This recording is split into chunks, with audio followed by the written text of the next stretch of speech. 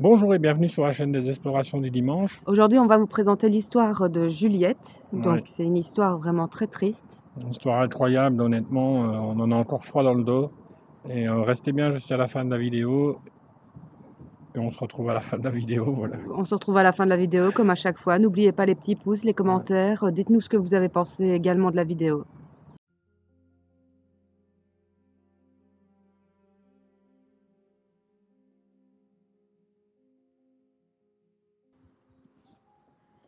On est reparti pour une nouvelle aventure et celle-ci, elle est vraiment triste.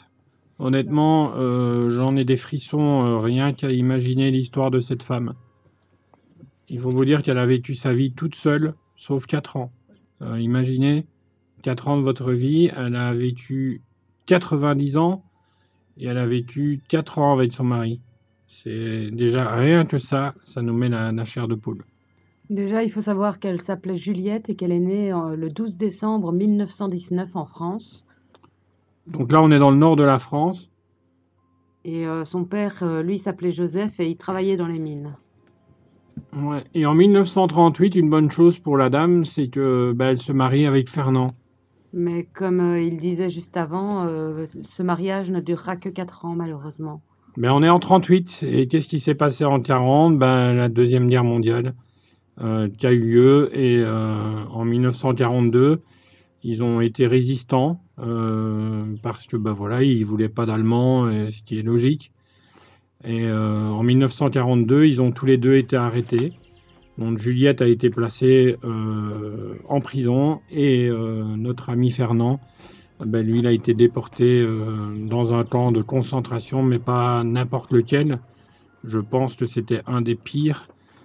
C'était pas Auschwitz, non, c'était en Ukraine et c'est le camp de Rawa-Ruska.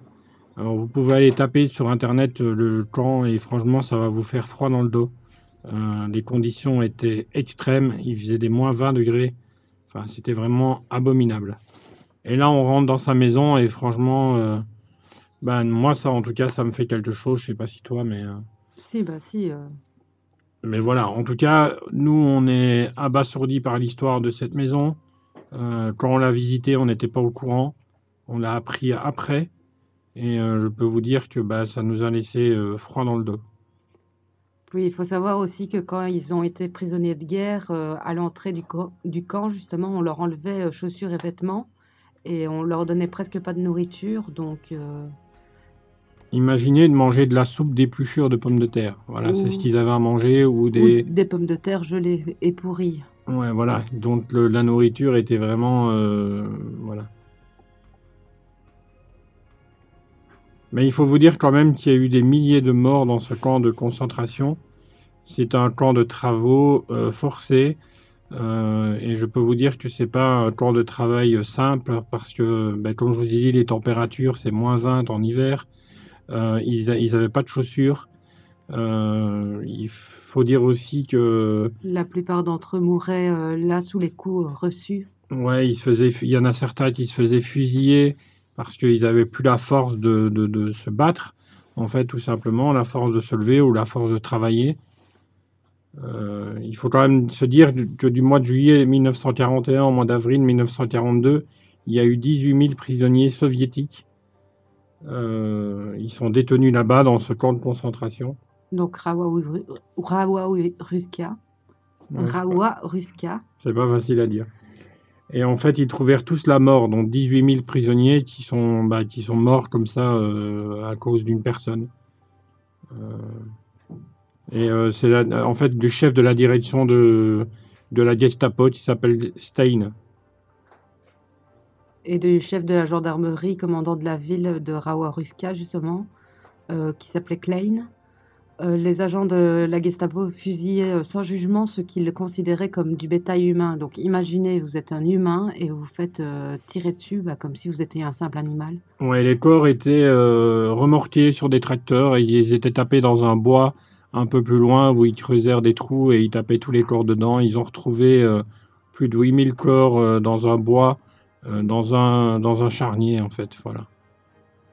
On va pas être super joyeux pour cette vidéo, mais honnêtement, on saurait pas. Il faut nous comprendre aussi qu'on a un cœur et je trouve que l'histoire de cette dame, bah, nous met un sacré coup au moral. En tout cas, on se dit, bah voilà, elle a vécu la pire chose qui peut arriver parce que, honnêtement, on est en 1942.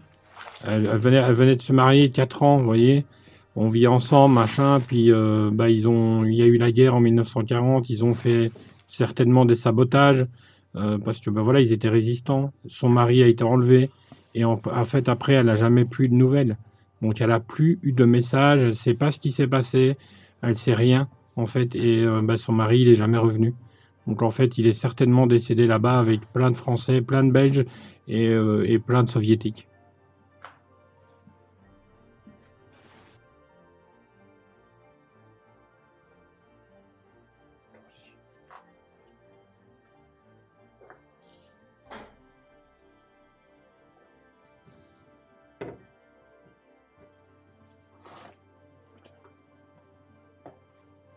En fait, il faut vous dire qu'en 1942, tous les récidivistes de sabotage, que ce soit belges ou français, étaient envoyés là-bas, dans ce camp, bah justement, je pense, pour dissuader aussi les personnes à faire des conneries. Et bah là, on voit que, honnêtement, la vie là-bas, je sais pas, tapez vraiment sur Internet Rawa Ruska et regardez un peu tout ce qu'ils en disent. Nous, on peut pas trop tout dire parce que, bah voilà, mais honnêtement, ça fout la chair de poule. C'était en temps de guerre en même temps. Ouais. Mais le premier convoi de Français de 2000 hommes est arrivé à Rawa-Ruska le 13 avril 1942. Donc 2000 Français déportés en Ukraine.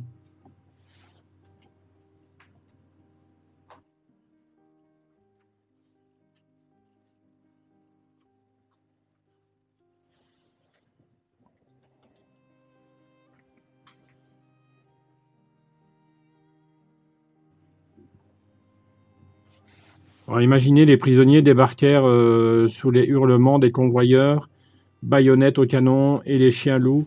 En posant le pied à Rawa-Ruska, les prisonniers débarquèrent dans un autre monde.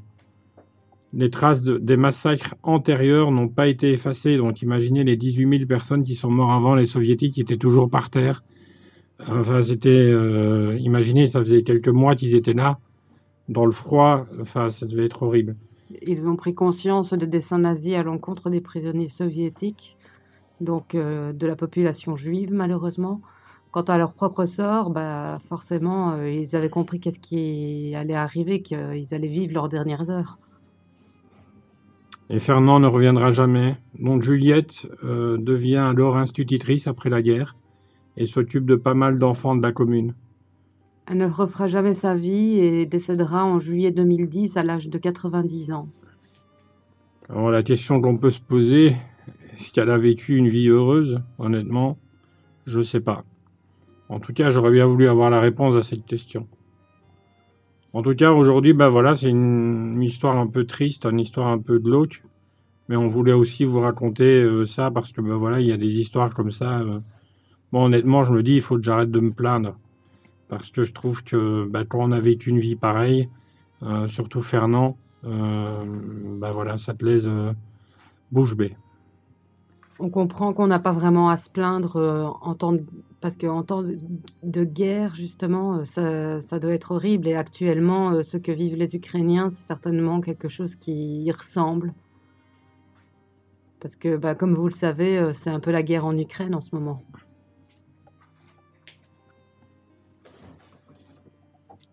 Bon, en tout cas, j'espère que cette vidéo vous a plu. J'espère que l'histoire de Juliette bah, restera dans les mémoires parce que bah, la maison, je pense qu'un jour, elle va s'effondrer. En tout cas, elle appartient à personne parce qu'elle n'a pas de descendance. Donc la maison va rester là et elle va malheureusement se laisser aller Au fil du temps. au fil du temps.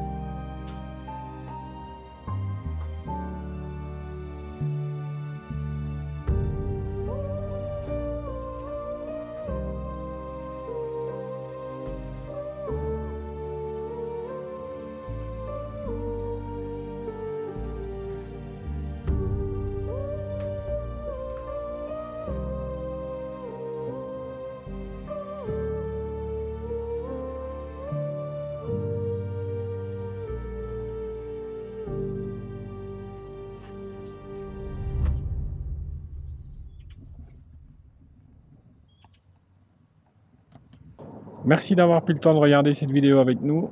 Alors l'histoire, comme on vous avait dit, est plutôt triste. Ouais, vraiment. Qu'est-ce que vous en avez pensé? Est-ce que vous aimez bien ce genre de format? Pour une fois, on avait les informations, donc on vous les a partagées. Ouais. En tout cas, on se retrouve la semaine prochaine pour une nouvelle vidéo. Une petite maison super sympa. N'oubliez pas les petits pouces, les commentaires et les abonnements, ça nous encourage. Ouais. Et à la semaine prochaine. Voilà, à dimanche prochain. Ciao, Ciao, ciao.